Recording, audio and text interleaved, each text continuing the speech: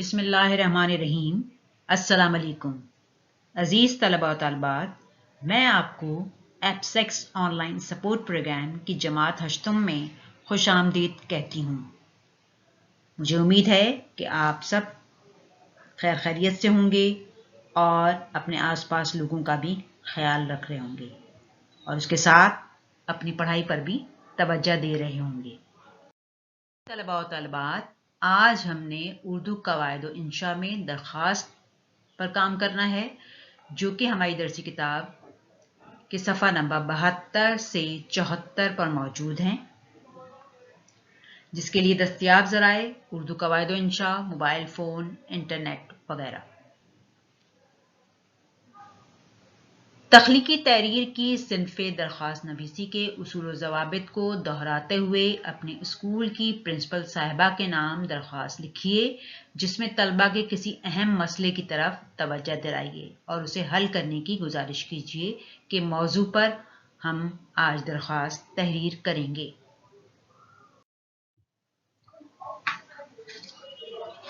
अजीज तलबा व तालिबात, लेकिन आज के तदरीसी अमल के आगाज से पहले आज की अच्छी बात, ताकि काम का आगाज अच्छे से हो सके। आज की अच्छी बात, दुनिया में कामयाबी और नाम चाहते हो तो माँ बाप की खिदमत करो। अजीज तलबा व तालिबात, मुझे आपसे चंद सवालात के जवाबात दरकार हैं। सवाल नंबर 1, अगर हमें किसी से कोई चीज मांगनी या तलब करनी हो तो हम क्या करते हैं? जी, दरख्वास्त करते हैं। बिल्कुल ठीक।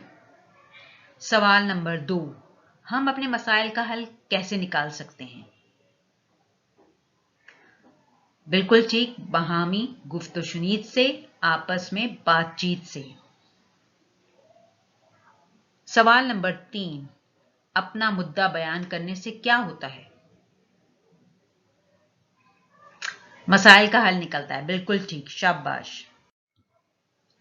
अजीज तलबा, अब आ जाते हैं आज के तदरीसी मकासद पर।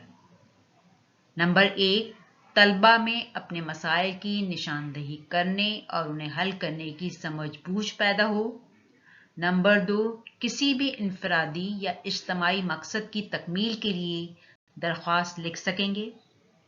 नंबर 3, दरख्वास्त नवीसी के उसूल व ज़वाबित को मद्देनजर रखते हुए दिए गए मौजू पर दरख्वास्त लिख सकेंगे। वजाहत बराए दरख्वास्त नवीसी। दरख्वास्त साहिब इक़्तिदार यानी किसी आला अफसर के नाम लिखी जाती है, जबकि हुक्म अपने मातहत को दिया जाता है। किसी अफसर के गोशो गुजार करने के लिए जो कुछ लिखा जाए उसे अर्जी या दरख्वास्त कहते हैं। दरख्वास्त नवीसी के उसूल व ज़वाबित। नंबर 1, अर्जी या दरख्वास्त लिखने के लिए सबसे पहले अफसर का ओहदा लिखा जाता है। नंबर 2, नफ्स मजमून का आगाज गुजारिश है से करें। नंबर 3, खात्मे पर बाएं जानिब दरख्वास्त गुज़र का नाम और पता लिखें। नंबर 4, आखिर में दाएं तरफ तारीख लिखना जरूरी है। नंबर 5, दरख्वास्त में जो कुछ लिखा जाए वो खुशखत, साफ और सादा होना चाहिए।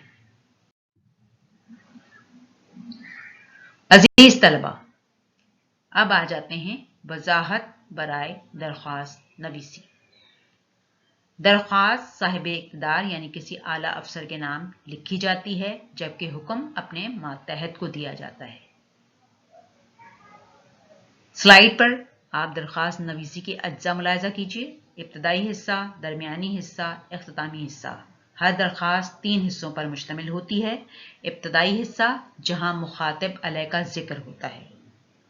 दरमियानी हिस्सा, जहां असल मकसद बयान किया जाता है। इख्तितामी हिस्सा, जहां मुद्दा अलैह अपने मुतालिक मालूमात फराहम करता है। अजीज तलबा, जैसे कि आप जानते हैं कि दरख्वास्त नवीसी के 3 अज्जा होते हैं: तमहीद यानी आगाज, नफ्स मजमून और इख्तिताम।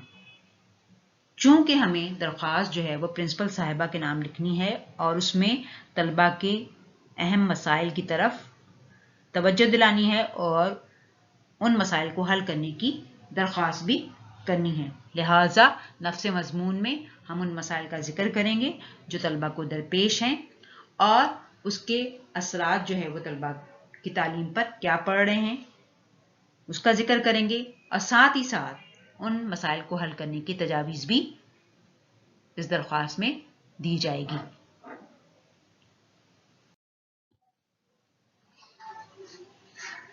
عزیز طلبہ، درخواست لکھنے سے پہلے جو ہے وہ آپ چند باتوں کا خیال ضرور رکھیں گے۔ نمبر 1، طلبہ کو اسکول میں کن کن مسائل کا سامنا کرنا پڑتا ہے۔ نمبر 2، طلبہ کے خیال میں ان مسائل کو کس طرح حل کیا جا سکتا ہے۔ نمبر 3، طلبہ کے خیال میں سب سے اہم مسئلہ کون سا ہے جس کا وہ فوری حل چاہتے ہیں۔ نمبر 4، مسئلے کے کیا منفی اثرات طلبہ پر مرتب ہو رہے ہیں اور اسے کیسے حل کیا جا سکتا ہے۔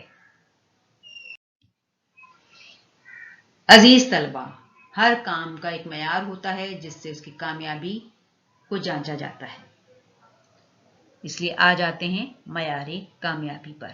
نمبر 1، درخواست نویسی کے اصول و ضوابط کو ذہن میں رکھتے ہوئے سب سے پہلے افسر کا عہدہ لکھنا ہے۔ نمبر 2، نفس مضمون کا آغاز گزارش ہے سے کریں۔ نمبر 3، خاتمے پر بائیں جانب درخواست گزار کا نام اور پتہ لکھیں۔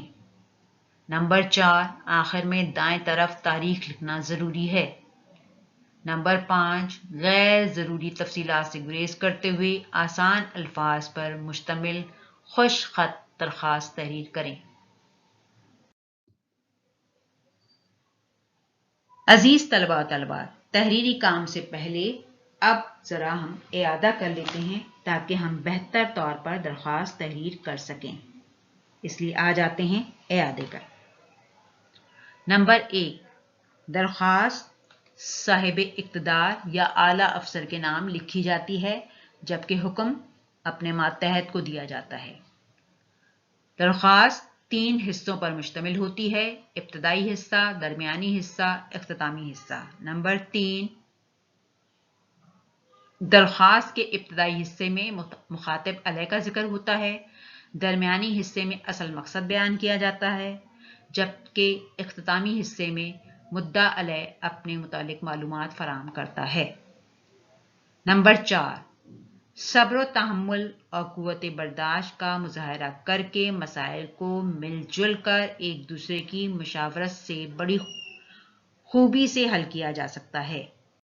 عزیز طلبہ و طالبات، اب سلائیڈ جو آپ کے سامنے موجود ہے اس پر درخواست نویسی کا خاکہ دیا گیا ہے کہ آپ نے درخواست کس طرح تحریر کرنی ہے۔ مجھے امید ہے کہ خاکے کو ذہن میں رکھتے ہوئے آپ بہتر طور پر درخواست تحریر کریں گے۔